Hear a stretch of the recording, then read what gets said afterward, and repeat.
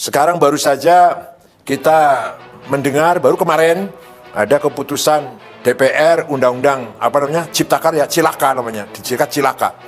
Itu jelas tidak seimbang. Sebelum lanjut menonton, jangan lupa subscribe dan nyalakan loncengnya agar kalian tidak ketinggalan informasi terbaru dari kami.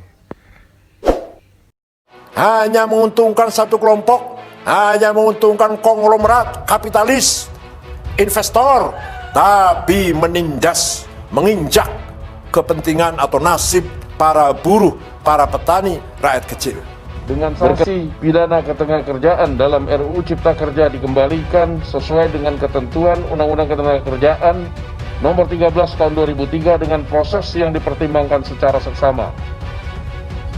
3. Berkenaan dengan hubungan ketenagakerjaan yang lebih adaptif terhadap perkembangan industri, maka pengaturannya dapat dimasukkan ke dalam RUU Cipta Kerja dan terbuka terhadap masukan publik. 4. Fraksi-fraksi akan memasukkan poin materi substansi yang disampaikan serikat pekerja atau serikat buruh ke dalam daftar inventarisasi masalah fraksi. Sekarang ini yang korupsi triliunan tenang saja. Kenapa? Negara ini sekarang sistem yang berjalan adalah negara oligarki.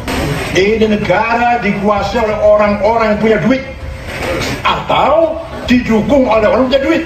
Setelah kita ketahui bersama bahwa pandangan-pandangan fraksi 6 menyatakan setuju secara bulat, 1 menerima dengan catatan fraksi PAN, 2 menyatakan menolak. Sehingga berdasarkan mekanisme tata tertib pasal 312 dan 313 mengacu kepada pasal 164 yang disampaikan tadi, maka pimpinan dapat mengambil berdasarkan pandangan-pandangan fraksi di dalam forum rapat paripurna. Cocok. Bisa disepakati? Sepakati, Pak. Ini semakin betul-betul nasib rakyat kecil, orang kecil semakin tertindas. Kalau lagi pilkada, lagi pilek, lagi pilpres, suaranya dibutuhkan.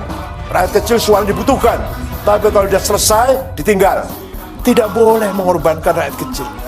Undang-Undang Dasar 45 yang masih jauh panggang dari api, apa istilahnya gitu ya, jauh panggang dari api, yang masih jauh dari implementasi. Undang-Undang Dasar 45 nomor 33 itu hanya tulisan di atas kertas, hanya tulisan hitam di atas kertas putih, itu dicetak berulang-ulang, disebarkan jutaan lembar, jutaan sampler, tapi tidak pernah diimplementasikan. Bahwa kekayaan Indonesia ini kan alam ini untuk seluruh rakyat Indonesia. Ketua Pengurus Besar Nahdlatul Ulama atau PBNU, Kiai Haji Said Akil Sirot memandang UU Cipta Kerja yang baru diputuskan pada Senin, 5 Oktober lalu itu sangat tidak seimbang karena hanya menguntungkan satu kelompok. Hanya menguntungkan konglomerat, kapitalis, investor, tapi menindas dan menginjak kepentingan atau nasib para buruh, petani, dan rakyat kecil. Begitulah tegas Kiai Said dalam pengenalan kehidupan kampus bagi mahasiswa baru atau PKKMB Universitas Nahdlatul Ulama Indonesia atau UNUSIA, Jakarta secara virtual pada Rabu 7 September pagi hari. Ia mengungkapkan, warga NU harus punya sikap tegas dalam menilai UU Cipta Kerja yang kontroversi itu. Sikap itulah yang akan menemukan jalan keluar. Mari kita cari jalan keluar yang elegan, yang seimbang dan tawasud. Kepentingan buruh dan rakyat kecil harus kita jamin, terutama yang menyangkut pertanahan, kedaulatan pangan, dan pendidikan. Begitulah tegas Ketum PBNU kelahiran Cirebon 67 tahun yang lalu ini. Kiai Said menilai UU Cipta Kerja menganggap lembaga pendidikan layaknya perusahaan. Hal tersebut tegasnya tidak bisa dibenarkan. Kita harus melakukan judicial review, harus meminta ditinjau ulang tapi dengan cara elegan, bukan dengan anarkis. Kita harus bersuara demi warga NU, demi NU, dan demi moderasi dalam membangun masyarakat. Tidak boleh mengorbankan rakyat kecil. Begitulah tegasnya dengan intonasi suara yang meninggi. Lebih jauh, Kiai Said mengungkapkan bahwa UUD 1945 pasal 33 masih sangat jauh dari implementasi. Menurutnya, Konstitusi negara itu hanya sebatas tulisan di atas kertas putih yang dicetak berulang-ulang dengan jumlah jutaan lembar. Tapi tidak pernah diimplementasikan bahwa kekayaan Indonesia ini untuk seluruh rakyat Indonesia.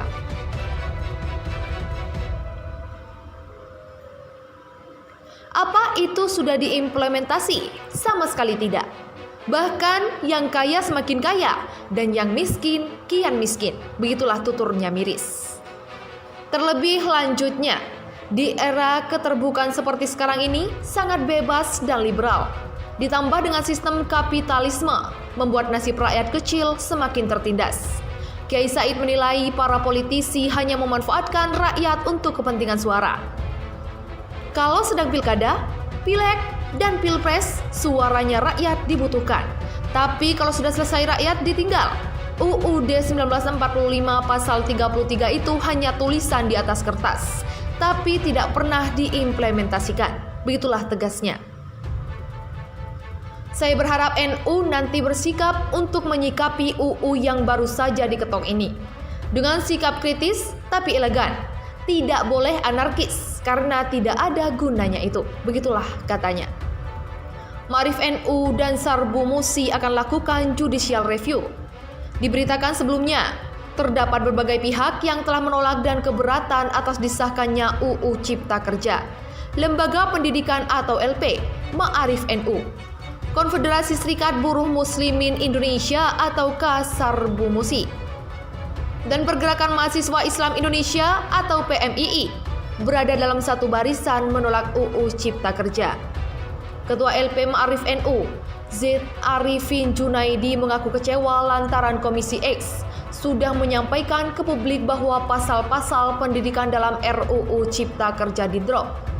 Namun kenyataannya sektor pendidikan masih ada dalam UU Cipta Kerja. Ini jelas mengelabui rakyat. Begitulah katanya. Dengan demikian, LP Ma'arif NU akan mengajukan judicial review atas UU Cipta Kerja. DPP Sarbu Musi juga menyatakan sikap dengan akan melakukan judicial review atas pasal 59 ini yang tidak dimasukkan dan diakomodasi oleh pemerintah.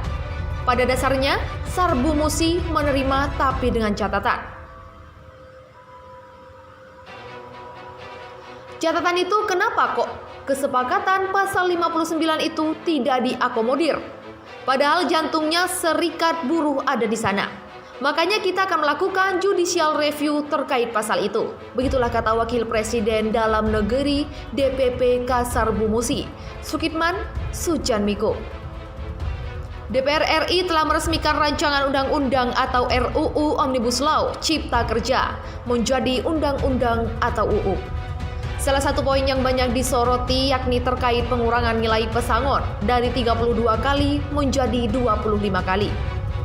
Wakil Ketua DPR RI Aziz Syamsuddin menjelaskan, UU Ketenagakerjaan telah mengatur besaran pesangon sebanyak 32 kali gaji. Namun pada pelaksanaannya, hanya 7% perusahaan yang patuh memberikan pesangon sesuai ketentuan tersebut.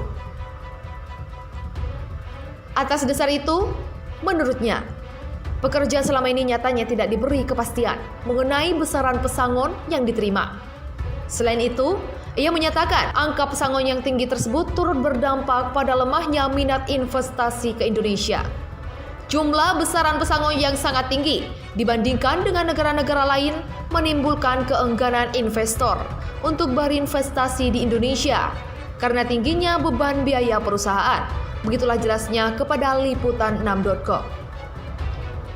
Aziz memaparkan, dalam RUU Cipta Kerja, jumlah maksimal pesangon menjadi 25 kali, dengan pembagian 19 kali ditanggung oleh pemberi kerja atau pelaku usaha. Sementara 6 kalinya, cash benefit diberikan melalui program jaminan kehilangan pekerjaan atau JKP, yang dikelola pemerintah melalui BPJS, Ketenagakerjaan atau BP Jamsostek. Menurut dia, JKP merupakan skema baru terkait dengan jaminan ketenagakerjaan yang tidak mengurangi manfaat dari berbagai jaminan sosial lainnya, seperti jaminan kecelakaan kerja atau JKK, jaminan kematian atau JKM, jaminan hari tua atau JHT, dan jaminan pensiun. JKP tidak menambah beban bagi pekerja atau butuh. Program JKP selain memberikan manfaat cash benefit juga memberikan manfaat lainnya, yaitu peningkatan skill dan keahlian melalui pelatihan serta akses informasi ketenaga kerjaan. Begitulah pungkasnya.